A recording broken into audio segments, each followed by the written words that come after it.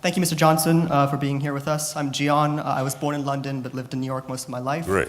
And I'm a first-year student studying economics here at Georgetown. You've spoken a bit about Brexit. I wanted to push you a bit about it. Today, more people in the UK, as of today, believe Brexit was a failure rather than a success. Leaving the EU has sliced 5% off the UK GDP and made the country poorer. I'm a UK-US dual citizen, and I worry about the current economy's trajectory. There's been no trade deal with the US as promised, and leaving the single market has been demonstrably disastrous. Bob, I've just given you, Let me continue. Okay.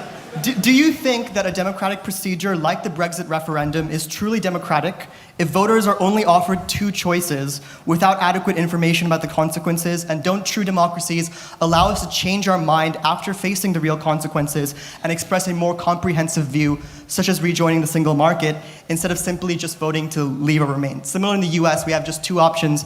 Many people don't just like those two options. Shouldn't we have more options in a true democracy? Well, I think...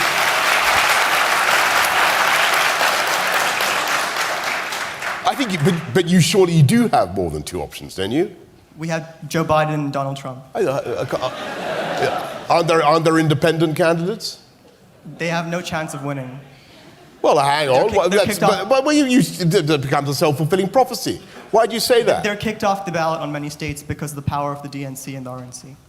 Well, look, I think that... But this was about Brexit, sorry. It was not about the US. Yeah. So what I'm saying is, I think you do have options in. If everybody voted for the candidate that you just mentioned, if everybody voted, is it RFK? Is that right? Yeah. If everybody, hands up in this room, who's going to vote for RFK?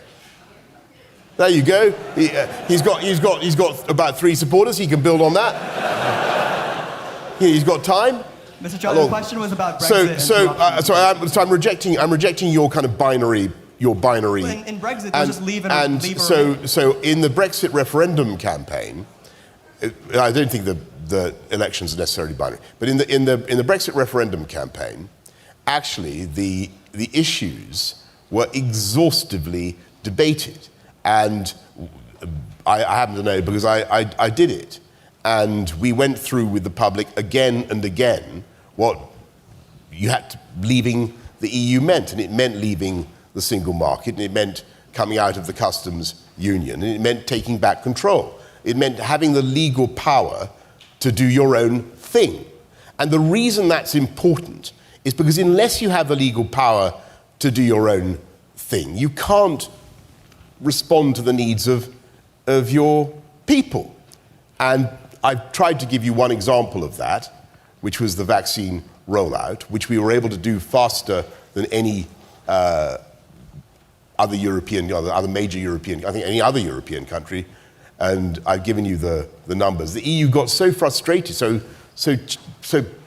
pissed off by what was happening, that they actually kidnapped about 5 million UK AstraZeneca vaccines and held them hostage in a place called Leiden in Holland, because they wanted to interrupt our vaccine rollout.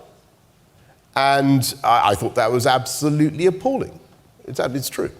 And a measure of how hostile they were to the success of Brexit Britain. But that only confirmed to me the importance of being able to govern your own country and to do your own thing. And I think actually that as time goes on, the advantages of what we've done will become clearer and clearer. And yes, it's sad we haven't done a free trade deal with the US. I have to say that the current White House has not been much interested in it. But who knows what changes may be around the track. All right, thank you. Thank you for the question. We are about to get